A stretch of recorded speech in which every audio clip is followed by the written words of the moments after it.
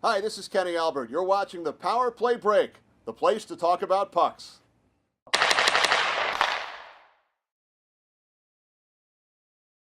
everybody, it's Chris Riley. We're on the Power Play Break. We're from the Blarney Rock today here in New York, and we are joined by hockey historian and legend Stan Fischler. Stan, welcome to the program. Thank you, pleasure. Let's go back to your early influences of the game of hockey when you were a young man growing up in Brooklyn.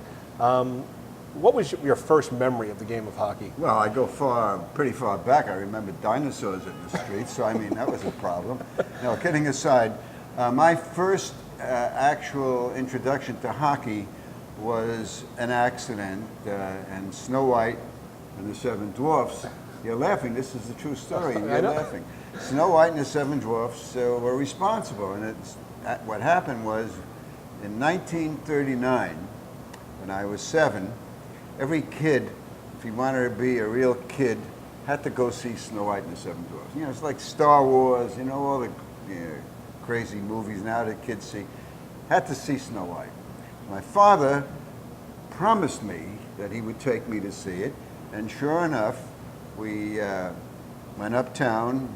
We lived in Brooklyn, took the subway, and it was playing at the Globe Theater. The Globe Theater was on 48th and Broadway. So we got off at 50th and 8th, which is the station nearest to where the theater was, and we were going to walk over. And when we walked out of the subway, it was just a raining, torrential rain. What we call a Hollywood rain. You know what a Hollywood rain is? Cue the rain. Now Hollywood doesn't, in 100 years, Hollywood still doesn't know how to make rain. So it comes down in these stupid sheets. But this was a Hollywood rain. And we were right at 50th Street and 8th Avenue. We walked out, and there was Madison Square Garden. There was the marquee, and the rain could not go through the marquee because it's made of like 50-inch steel, you see. And he looks up, and he sees it says Sunday afternoon hockey. And he says, "We're not going to see Snow White and the Seven Dwarfs."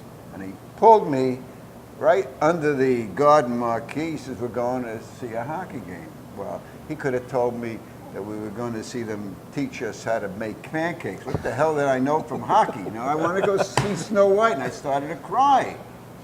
And my father always did the opposite, you see, so he yanked me into the garden. And those days, the Rangers had a farm team, the Rovers. They played on Sunday afternoon. And we go in, and I look around this garden, and now the game starts, you see. And I was so furious with my father, I had to get even. And I noticed that he was rooting for the team in red, which was the Rangers farm team, the Rovers. So I said, "To hell with this, I'm going to root for the other guys," and it happened to be Washington. So now I'm rooting for Washington, he's rooting for the Rovers, and just by chance, Washington had a player who looked to me like my favorite radio hero, the Lone Ranger. Name was Normie Burns, blonde guy, scored a hat trick.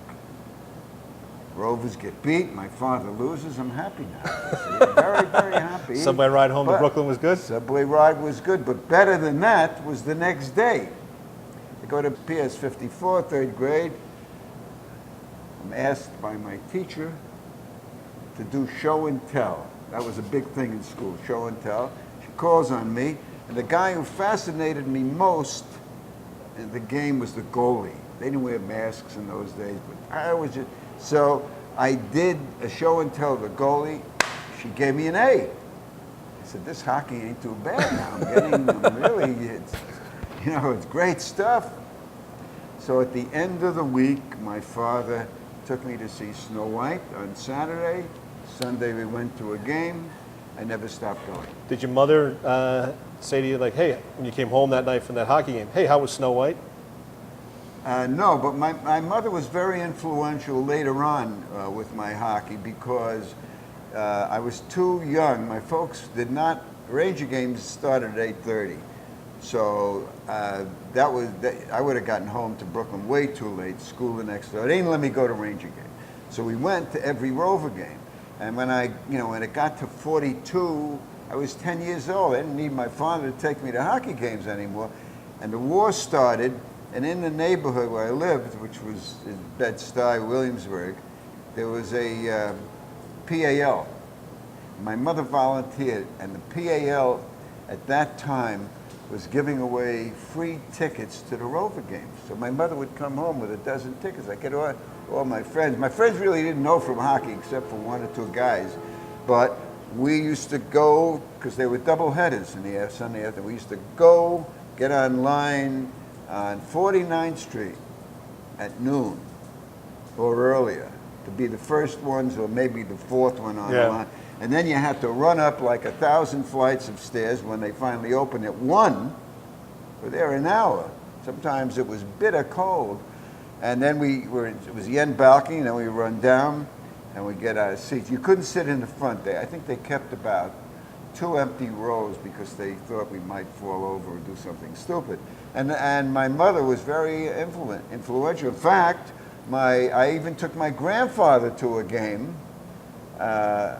My mother's father, great guy, and they even wrote about him in the program. They had a wonderful program. But my mother's I took my mother once in a while, and later on became a Leaf fan. And her last hockey game was interesting because it was Rangers-Leafs. Now I'm going to Ranger again, see. Who was you a big Ranger fan at that point? No, you I was a big Maple Leaf fan. Okay. But why a Maple Leaf fan? I'll tell you, you're running on my lines. I mean, you could get a misconduct penalty. You should get one. So anyhow, I take my mother to see this Leaf game, and the Leafs had a guy named Ray Timgren, third line forward. But anyhow, he was in a collision, and he got cut. It wasn't the neck, but it was a dangerous cut, and the bleeding was just awful. I mean, it wasn't fatal or anything like that. My mother said, too much blood, no more hockey. And that's the last game she went to. Talk about the Lester Patrick influence early on in your life with your friend. Well, it's a great story. You know, once I started getting into it after, that first year, I began reading about the game, but I couldn't go to a Ranger game. But anything hockey, I loved. And you got to understand that it's not like today. There was no television, radio was limited. You got your news basically from the newspaper and whatever else you can get.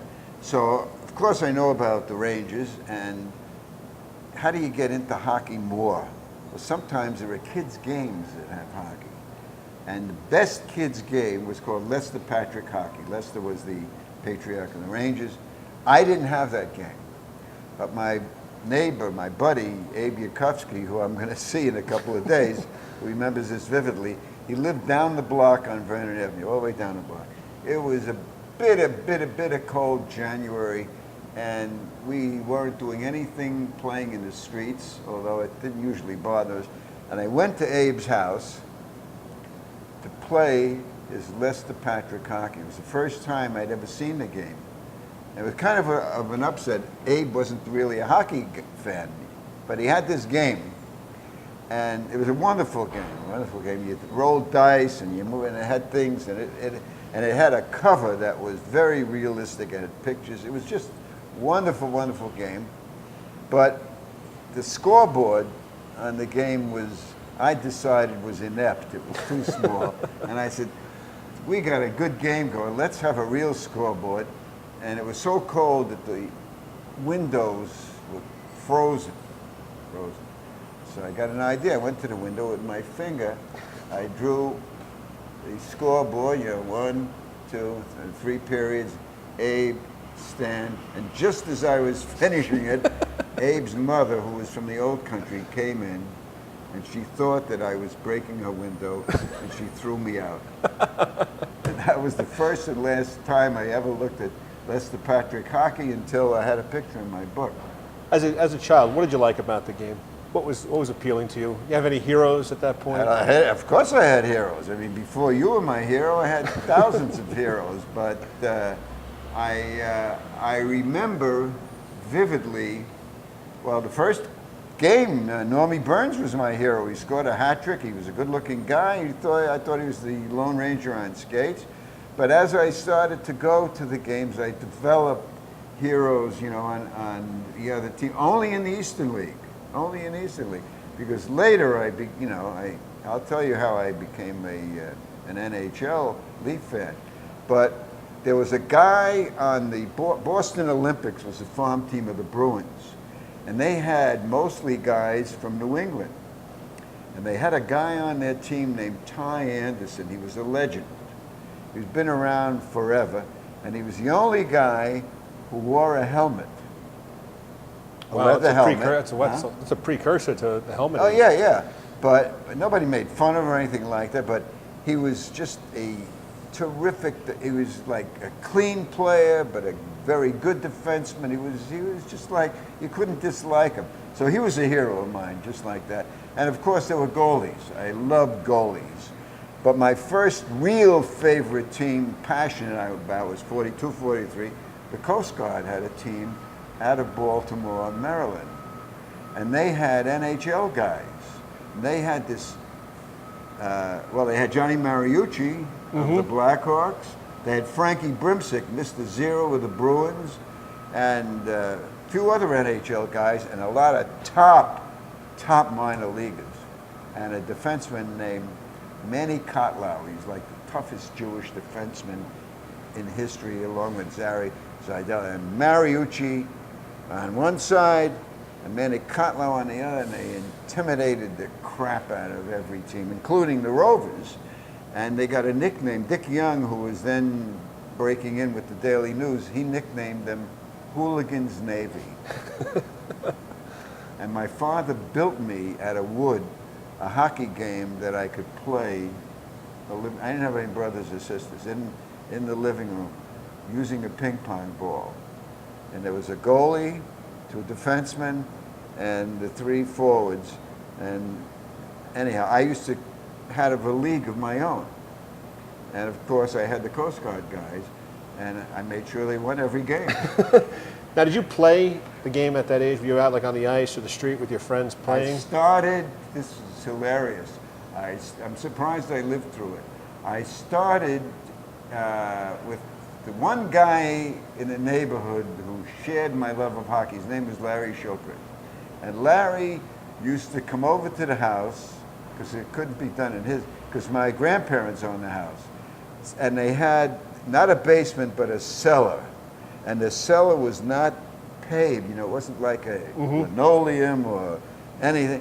It was sort of like dirt, And we used to go down the cellar, and we'd play until you couldn't see each other. It would, the dust. Pick up the dust and everything, yeah. The dust rose. I mean, I'm surprised we didn't choke to death. It was amazing.